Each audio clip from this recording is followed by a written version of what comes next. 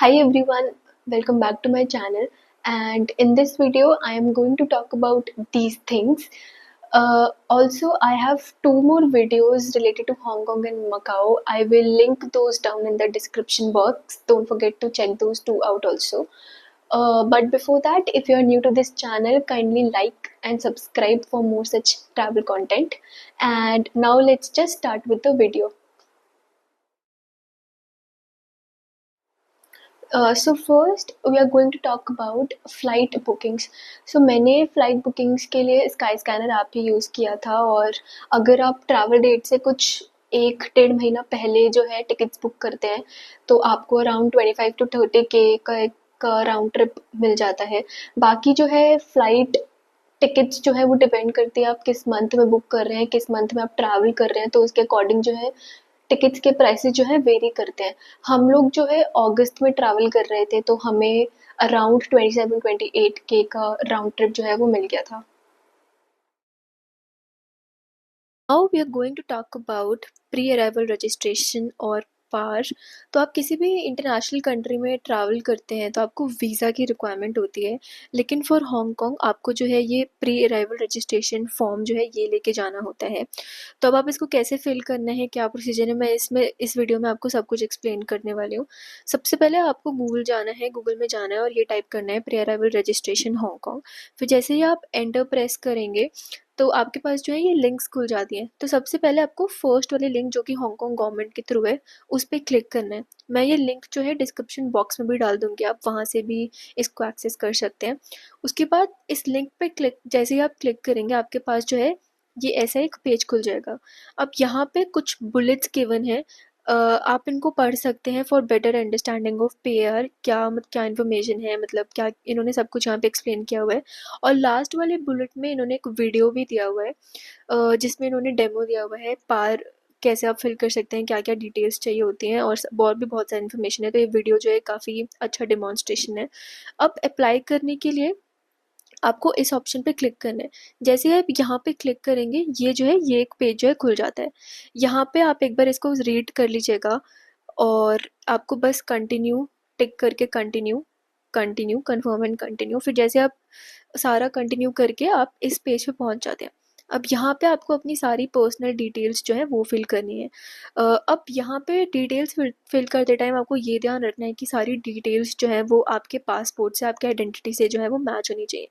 क्योंकि अगर ज़रा सा कुछ भी एरर हुआ, इनफैक्ट अगर कुछ भी स्पेलिंग एरर या फिर आपके नेम में कोई भी एक अल्फ़ाबेट जो है वो इधर से उधर हो गया तो आपका जो है ट्रैवल जो है वो कैंसिल हो जाता है या फिर ट्रैवल में प्रॉब्लम्स आ सकती हैं. तो यही है कि जब भी आप ये पार फिल करें तो काफ़ी आराम से और काफ़ी ध्यान से फिल करें इस फॉर्म को.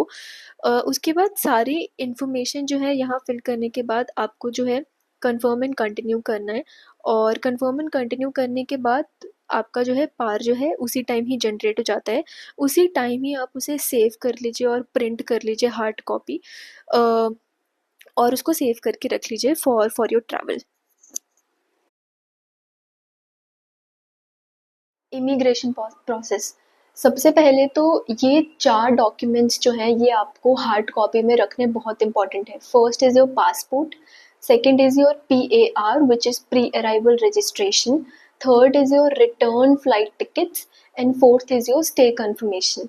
अब जैसे ही आप हांगकांग में लैंड करते हैं और आप बाहर निकलते हैं तो एयरपोर्ट पे आपको विजिटर्स फॉर्म मिल जाता है.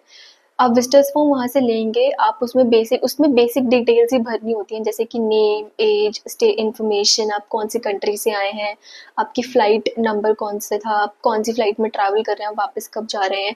ये सारी बेसिक डिटेल्स आपको फिल करनी होती हैं. और फिर जो है आप ये विजिटर्स फॉर्म लेके इमिग्रेशन ऑफिसर के पास जाते हैं अपने वो 4 डॉक्यूमेंट्स लेके. अगर आपकी सारी इन्फॉर्मेशन सब कुछ मैच कर रही है तो आपको जो है वीज़ा मिल जाता है, आपके पासपोर्ट पे एक वीज़ा का स्टैंप लग जाएगा. उसी टाइम इमिग्रेशन ऑफिसर आपको एक स्लिप देते हैं जो आपको संभाल के रखना बहुत ज़रूरी है, because through out the Hong Kong through out your Hong Kong and Macau trip वो छोटी सी स्लिप बहुत इंपॉर्टेंट है। इनफैक्ट जब तक आप इंडिया वापस नहीं आ जाते और इंडिया के एयरपोर्ट से बाहर नहीं निकल जाते, तब तक वो स्लिप जो है वो बहुत इंपॉर्टेंट है। इमिग्रेशन प्रोसेस में हमने एक चीज़ नोटिस करी कि हम लोग सुबह 6:30 के अराउंड पहुंच गए थे, और वहाँ पे जो था, वहाँ पे इमिग्रेशन प्रोसेस की सिर्फ एक ही डेस्क जो थी वो एक्टिव थी। तो वहाँ पे अगर आप अपनी फैमिली के साथ ट्रैवल कर रहे हैं तो आप ये कर सकते हैं कि 2 लोग जो है वो उस इमिग्रेशन डेस्क वाली लाइन में खड़े हो जाओ और 2 लोग जो है वो विजिटर्स फॉर्म फिल कर ले, क्योंकि इससे जो है आपका काफ़ी टाइम जो है वो सेव हो जाता है।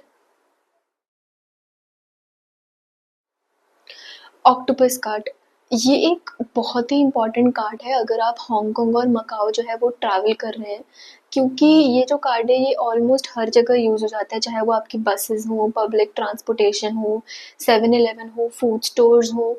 तो ये जो है आपकी ट्रिप को बहुत ही कन्वीनियंट बना देता है, क्योंकि आपको हर जगह कैश या फिर हर जगह क्रेडिट कार्ड और डेबिट कार्ड्स निकालने की ज़रूरत नहीं है। आप ये ऑक्टोपस कार्ड जो है वो निकाल सकते हैं और उसको हर जगह यूज़ कर सकते हैं। अब ये ऑक्टोपस कार्ड लेना कहाँ से है? जैसे ही आप एयरपोर्ट मतलब लैंड करते हैं, एयरपोर्ट पे ही इसके स्टेशंस बने हुए हैं जहाँ से आप ये ऑक्टोपस कार्ड्स जो है वो ले सकते हैं। ये जो ऑक्टोपस कार्ड्स हैं मकाओ में नहीं चलते हैं, मकाओ के फूड स्टोर्स में नहीं चलते हैं, मकाओ के पब्लिक ट्रांसपोर्टेशंस में नहीं चलते हैं, बट क्योंकि मकाओ में जो ट्रैवल है वो फ्री ऑफ कॉस्ट है, वहाँ पे फ्री शटल सर्विसेज अवेलेबल होती हैं, तो वहाँ पे आपको ऑक्टोपस कार्ड्स यूज़ करने की ज़रूरत ही नहीं है। और रही बात फूड स्टोर्स की, आपके पास हांगकांग डॉलर्स होंगे, वो आप उनके फूड स्टॉल्स पे यूज़ कर सकते हैं। अब ऑक्टोपस कार्ड जो है वो 2 टाइप्स के होते हैं। First is the tourist card sold version and second is the tourist card refundable version. So tourist card में क्या होता है कि टूरिस्ट कार्ड जो है वो 39 हांगकांग डॉलर्स का होता है। आप उन्हें 39 हांगकांग डॉलर्स देंगे, वो आपको एक ऑक्टोपस कार्ड दे देंगे जिसकी जो वैल्यू है वो 39 हांगकांग डॉलर्स है, और उसमें इनिशियली कोई भी मनी जो है वो लोडेड नहीं होगी। अगर आपको उसमें पैसे डलवाने हैं तो आपको एडिशनली उनको जो है वो पैसे देने पड़ेंगे। अब सेकंड जो होता है वो होता है टूरिस्ट कार्ड रिफंडेबल वर्जन। इसमें जो है आपको इनिशियली 200 हांगकांग डॉलर्स जो है वो देने होते हैं, जिसमें से 50 Hong Kong dollars is your security deposit, और रिमेनिंग 150 हांगकांग डॉलर्स जो होते हैं वो कार्ड में लोडेड होते हैं और आप उसको जो है वो यूज़ कर सकते हैं। अब आपकी ट्रिप खत्म हो गई, तो अब आप क्या कर सकते हैं, ये जो रिफंडेबल वर्जन वाला कार्ड है इसको आप लेके जा सकते हैं। वो लोग इसमें से 11 हांगकांग डॉलर्स जो है वो डिडक्ट करेंगे और बाकी बचे हुए पैसे जो हैं वो वापस कर देंगे। यूजुअली लोग यही प्रेफर करते हैं रिफंडेबल वर्जन वाला कार्ड लेना, क्योंकि आपको सिर्फ आपके जो पैसे आपके सिर्फ 11 हांगकांग डॉलर्स ही जो है वो डिडक्ट हो रहे हैं। बट अगर आप एज ए मेमोरी और एज ए सुवीनियर जो है कुछ लाना चाहते हैं हांगकांग से, तो आप इसका जो है सोल्ड वर्जन पे खरीद सकते हैं जिसका जो प्राइस है दैट इज 39 हांगकांग डॉलर्स। और अगर आप हांगकांग जा रहे हैं तो octopus card is a must have.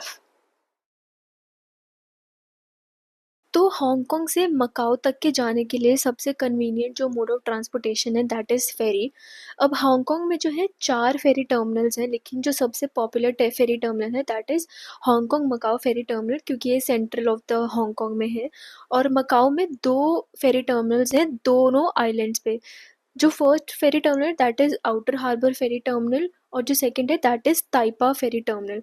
अब मकाओ में इन दोनों आइलैंड्स में ही कुछ-कुछ फेमस अट्रैक्शंस हैं, तो आपको कैसे घूमना है, क्या करना है, उसके अकॉर्डिंग आप उस आइलैंड पे जा सकते हैं। तो ये वाला जो आइलैंड है जहाँ पे आउटर हार्बर फेरी टर्मिनल है, इस वाले आइलैंड पे आपके फेमस अट्रैक्शंस जैसे कि Walls of Saint Paul, Macau Tower, Guia Fortress है। और ताइपा आइलैंड पे आपके जो भी फेमस कसिनोज़ हैं जैसे कि Venetian Macau, Persian Macau, London Macau, ये सारे कसिनोज़ हैं। तो अब अगर आपको मकाओ ट्रैवल करना है और अगर आप ये प्लान कर रहे हैं कि आपको 1 दिन के लिए ट्रैवल करना है, तो आप क्या कर सकते हैं कि आप हांगकांग मकाओ फेरी टर्मिनल से आउटर हार्बर फेरी टर्मिनल तक की फेरी ले सकते हैं मॉर्निंग में, और आप यहाँ पे walls of Saint Paul, Macau tower ये सब एक्सप्लोर कर सकते हैं। फिर इस वाले आइलैंड से यहाँ तक की आप बस ले सकते हैं, और फिर यहाँ पहुँच के आप जो भी यहाँ पे कसिनोज़ हैं वो सब एक्सप्लोर करिए, और फिर वापस वापस जाते टाइम आप यहाँ से फेरी ले सकते हैं और फिर सीधा जो है हांगकांग वापस जा सकते हैं। वेजिटेरियन फूड ये वहाँ पे मिलना काफ़ी डिफ़िकल्ट है। ऐसा नहीं है कि अवेलेबल नहीं होता है, बट बहुत ही कम अवेलेबल होता है। तो अगर आप हांगकांग ट्रैवल कर रहे हैं और आप एक वेजिटेरियन हैं, तो आप हल्दीराम्स और बीकानेर के पैक्ड फूड आइटम्स जो है वो कैरी कर सकते हैं, जैसे कि राजमा चावल, छोले चावल, पाव भाजी, कढ़ी चावल। ये एक बहुत ही अच्छा ऑप्शन है अगर आप वेजिटेरियन हैं और आपको नहीं पता आपको क्या कैरी करना चाहिए। बाकी वहाँ पे भी कुछ-कुछ जो कि फेमस टूरिस्ट स्पॉट्स हैं, वहाँ पे सबवेज़ होते हैं और सबवेज़ में वहाँ पे 2 वेजिटेरियन, वीगन ऑप्शंस होते हैं, तो वो आप ले सकते हो। उनका टेस्ट बहुत अच्छा होता है और कुछ-कुछ फूड आउटलेट्स में आपको फ्राइज़ और कोल्ड ड्रिंक भी मिल जाएगा। So that is also an option, but अगर आपको वहाँ पे सर्वाइव बट अगर आपको नहीं पता आपको क्या कैरी करना चाहिए, तो packed food items is a very good option to carry. Hong Kong metro map. तो ये जो आपको स्क्रीन में दिख रहा है, ये हांगकांग का मेट्रो मैप है और यूजुअली हर एक टूरिस्ट स्पॉट पे हांगकांग की मेट्रो जो है वो अवेलेबल है और आप मेट्रो का यूज़ कर सकते हैं for all the tourist attractions. ये कंपैरेटिवली चीपर भी है from other transportation, so this is a very good transportation service in Hong Kong to travel around the city. डिज़नीलैंड। अगर आप डिज़नीलैंड जा रहे हैं, तो आपको वहाँ की मेट्रो, डिज़नीलैंड तक की मेट्रो जो है वो ज़रूर लेनी है, क्योंकि उसके इंटीरियर और उसके experience is a must have experience. उन्होंने वो बहुत ही सुंदर बनाया हुआ है और that is a must have experience. और अगर आप जा रहे हैं तो आपको वो मेट्रो जो है वो ज़रूर लेनी है। सेकंड इज़, अगर आप डिज़नीलैंड जा रहे हैं और आपने सोचा है कि आपको एक दिन में ही जो है डिज़नीलैंड कवर करना है, तो मैं आपको सजेस्ट करूँगी कि आप प्रायोरिटी पास ले लें, क्योंकि वहाँ पे जो है हर एक राइड में अराउंड 1 1.5 आवर जो है आपको वेट करना पड़ता है। लेकिन अगर आपके पास प्रायोरिटी पास होगा तो वो जो टाइम है वो जो है वो रिड्यूस हो जाएगा 5 टू 10 मिनट्स और आप जो है वो सारी राइड्स कवर कर पाएँगे और कम टाइम में कवर कर पाएँगे। So it's important, I am suggesting कि अगर आप जा रहे हैं तो आप प्रायोरिटी पास ज़रूर लें। एक तो टाइम कम हो जाता है हर एक राइड को करने का और थकान भी कंपैरेटिवली जो है वो कम होती है। थर्ड इज़, डिज़नीलैंड का खुद का एक ऐप है जो आप डाउनलोड कर सकते हैं और उसमें बेसिकली जितने भी डिज़नीलैंड के डिफरेंट डिफरेंट लैंड्स हैं वो शो करते हैं और वहाँ पे जो भी राइड्स हैं उनका जो वेटिंग टाइम है आपको वो देखने को मिल जाता है। तो अगर आप कहीं पे भी और आपको दिख रहा है कि अच्छा वहाँ पे उस वाले लैंड में उस वाली राइड का जो वेटिंग टाइम है कम है, तो आप पहले वो जाके वहाँ पे वो कर सकते हैं। तो ये भी एक बहुत ही मतलब डिज़नीलैंड ऐप एक आप डाउनलोड कर लीजिए और ये भी आपका टाइम जो है काफ़ी सेव करने में हेल्प करता है। और डिज़नीलैंड में अगर आप जा रहे हैं तो आपको वहाँ पे चूरो और आइसक्रीम जो है वो ज़रूर ट्राई करनी है, क्योंकि वो बहुत ही अच्छी होती है। It's a must have. Macau free bus service. तो मकाओ जो है वो कसिनोज के लिए काफ़ी पॉपुलर है। अब हर जगह यहाँ पे जो है डिफरेंट डिफरेंट कसिनोज की फ्री बस शटल सर्विस चलती हैं। इनफैक्ट फेरी टर्मिनल से उस पर्टिकुलर कसिनो तक की भी बस सर्विसेज हैं। तो अगर आप मकाओ जा रहे हैं तो आप ये जो है फ्री बस शटल सर्विसेज जो है ये चेकआउट करना ना भूलें, क्योंकि इससे आपका कम्यूट जो है वो बहुत ही कन्वीनियंट हो जाता है और बिना कुछ पैसे दिए आप पूरा जो है मकाओ जो है वो ट्रैवल कर लेते हैं। तो अगर आप मकाओ जा रहे हैं तो इस सर्विस का ज़रूर फ़ायदा उठाएँ। एक्टिविटी बुकिंग थ्रू क्लूक, हमने जो है ये 4 चीज़ें क्लूक से बुक करी थी।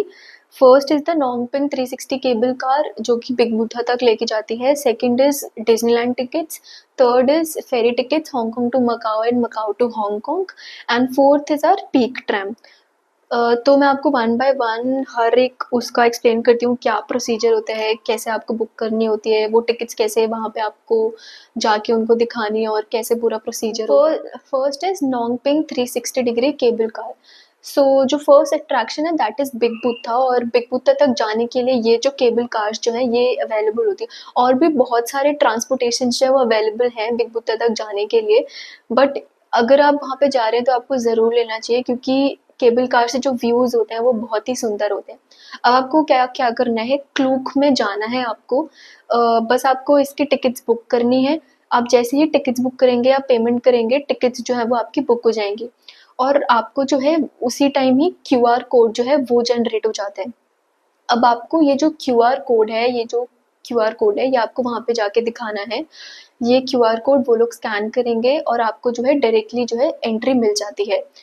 अब बिग बुद्धा तक जाने के लिए ये जो केबल कार्स हैं, ये बहुत ही डिफरेंट टाइप की केबल कार्स हैं वो अवेलेबल हैं। Standard cable cars, crystal cable cars, और आप इनफैक्ट प्राइवेट केबिन्स भी बुक कर सकते हैं। तो जो भी आपका बजट है और जो भी आप अपनी कन्वीनियंस के अकॉर्डिंग जो है वो केबल कार जो है आप बुक कर सकते हैं। डिज्नीलैंड, इसके लिए भी आपको कुछ नहीं करना, आपको क्लूक पे जाना है, आपको डिज्नीलैंड टाइप करना है और डायरेक्टली जो है आपको डिज्नीलैंड की टिकट्स जो है वो बुक कर लेनी है। कुछ नहीं करना है इसके लिए भी, आपको सीधा जैसे डिज्नीलैंड पहुंचेंगे आपको ये टिकट्स दिखानी है, स्कैन होंगी टिकट्स और आप डायरेक्टली जो है एंट्री ले सकते हैं। फेरी टिकट्स भी जैसे मैंने आपको एक्सप्लेन किया हांगकांग टू मकाओ फेरी के लिए सिमिलर प्रोसीजर ही है फेरी टिकट्स का भी। अब पीक ट्राम, तो अब इस दिन की काफ़ी इंटरेस्टिंग स्टोरी है। तो हम लोग जैसे नॉन्गपिंग 360 डिग्री गए, हम लोग हांगकांग डिज्नीलैंड गए, तो हम क्या कर रहे थे, हम डायरेक्टली वहाँ पे जा रहे थे, अपना क्यूआर कोड दिखा रहे थे, वो स्कैन कर रहे थे और हमें डायरेक्टली एंट्री मिल जा रही थी। बट यहाँ पे क्या हुआ कि हम लोग यहाँ पे पहुँचे और उन्होंने बोला कि ये क्यूआर कोड जो है वो यहाँ पे नहीं चलेगा। अब हमारे टिकट्स में क्या लिखा था, हमारे टिकट्स में लिखा था सेंट्रल एमटीआर स्टेशन एग्जिट के आउटसाइड। तो फिर हम लोगों ने क्या किया कि हम लोग वहां से मेट्रो स्टेशन गए। पहले मेट्रो में अंदर पूछा तो उन्होंने मना कर दिया, लेकिन एग्जिट के बाहर हमें हमारा गाइड मिल गया। फिर उन्होंने हमें हमारी टिकट्स दी और फिर हम वहां पे जा पाए। तो अगर आप क्लूक के थ्रू टिकट्स बुक कर रहे हैं तो आप ध्यान से ज़रूर पढ़ें कि उसमें क्या लिखा है, कहाँ से आपको टिकट्स कलेक्ट करनी है, क्योंकि ये एक गलती हमसे हो गई थी, हमने टिकट्स ध्यान से नहीं पढ़ी थी। हमें ज़्यादा प्रॉब्लम नहीं हुई क्योंकि हम एग्जैक्टली टाइम पे पहुंच गए थे और हमें सब कुछ टाइम पे हो गया। बट अगर आप क्लूक के थ्रू टिकट्स बुक कर रहे हैं तो इस चीज़ का ध्यान ज़रूर रखें। So I hope you liked this video and found this video informative and helpful. And for more such videos, like, share and subscribe.